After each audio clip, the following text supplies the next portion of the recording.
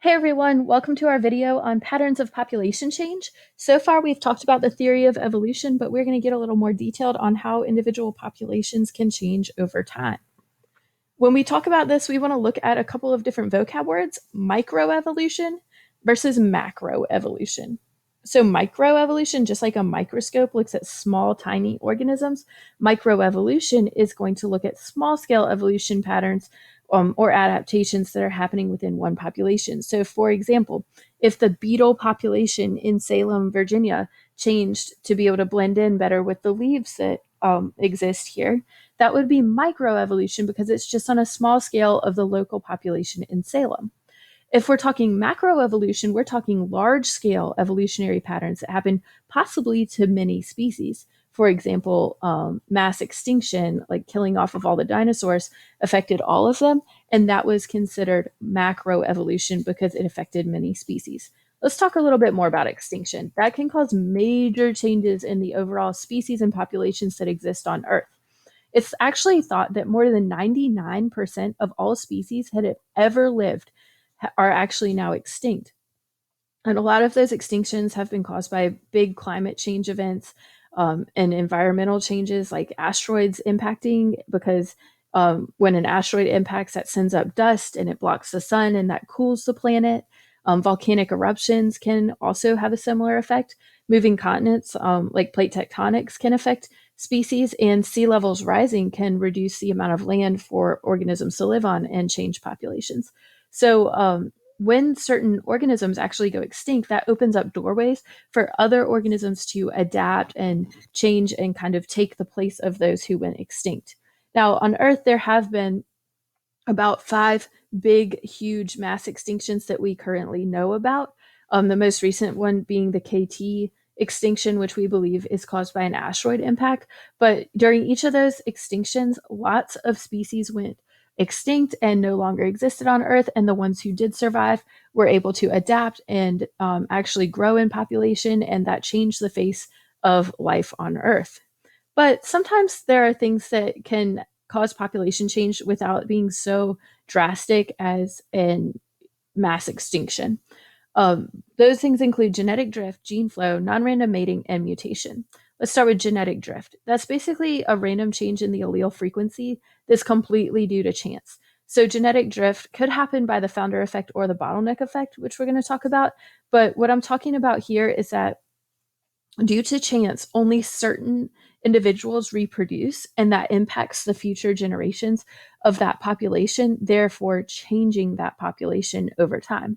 So, in this example, only those insects who were homozygous recessive, little a, actually, due to chance, those are the only ones who survived and reproduced. And now the next generation looks very different than the original generation because of this particular alleles that were passed on to that next generation.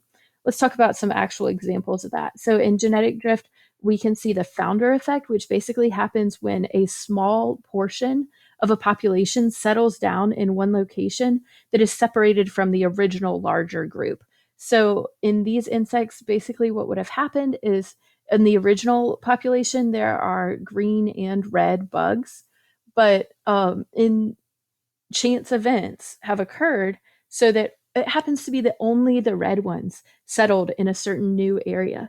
And so now in that certain new area, there are only the genes for those red individuals. And so all of the individuals in that new area are red.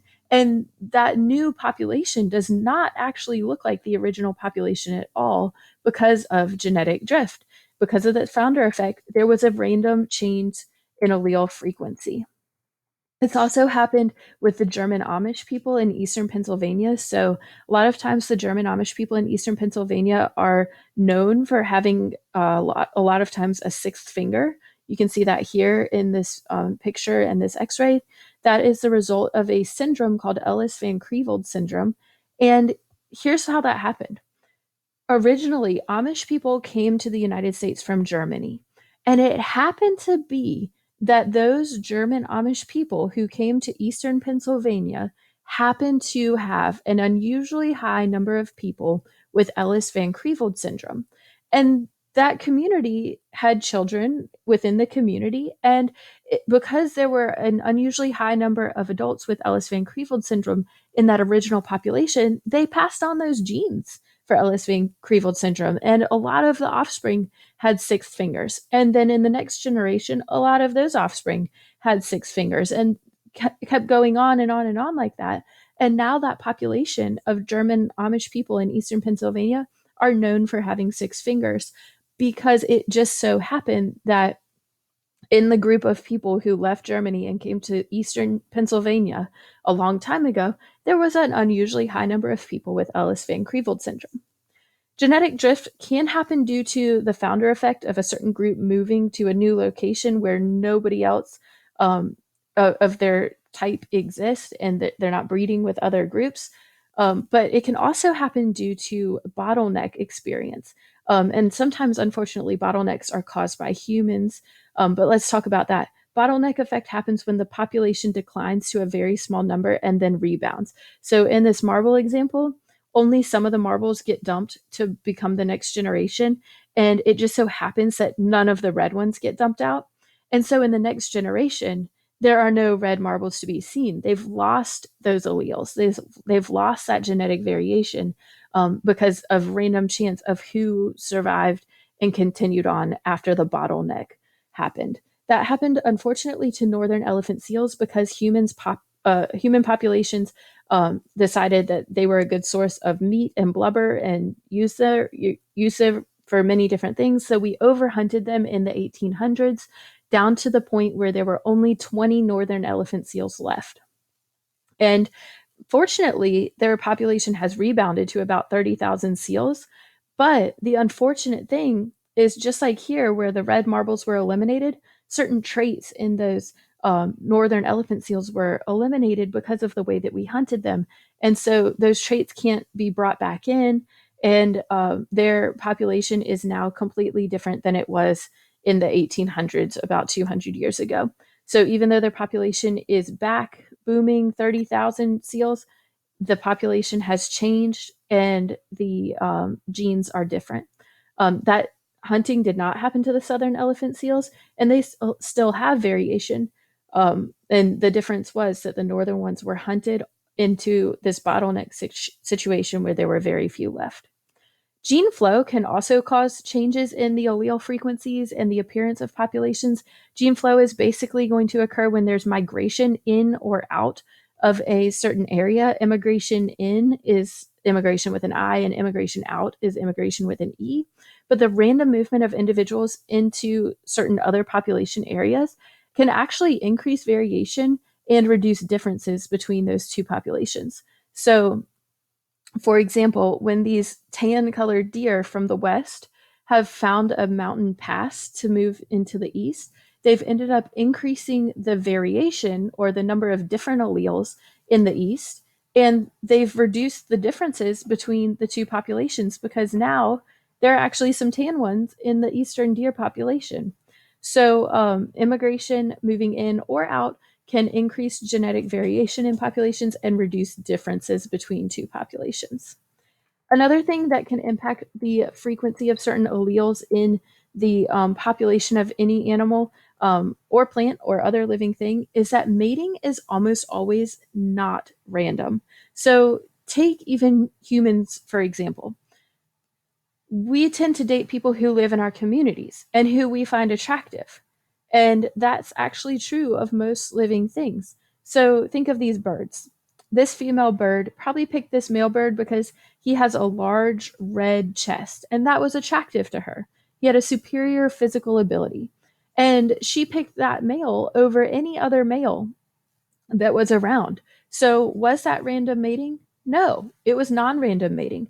And it favors the alleles for having a bright red chest.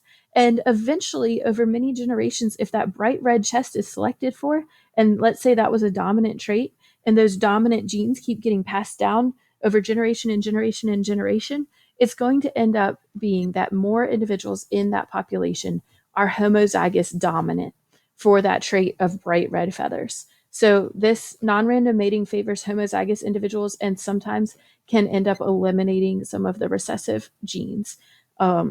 Same thing in the lions. If the trait for a large mane is selected for over and over and over and over again, you're going to eventually eliminate lions who have small manes. Last thing to talk about for this video is mutation. Mutation can absolutely change a population and change allele frequencies because it introduces a new allele that never even existed there before. And sometimes we think of mutations as being bad, but a lot of times they're actually beneficial. That happened in the case of the speckled peppered moth. And what happened with that moth is that before the Industrial Revolution, having white wings tended to be good because those moths could blend in to the trees around them. But during the Industrial Revolution, a bunch of soot got on the outside of the tree bark and it made the trees darker. And so certain ones of these peppered moths had mutations to have larger black spots. And that tended to be an advantage to have larger black spots because it let you run or go ahead and camouflage with the trees that had all the soot on them during the Industrial Revolution. So predators wouldn't find you and eat you. And so if you had the mutation to have darker spots, you would survive and reproduce better. And over time, the entire moth population changed due to that original mutation that caused darker moths actually being a benefit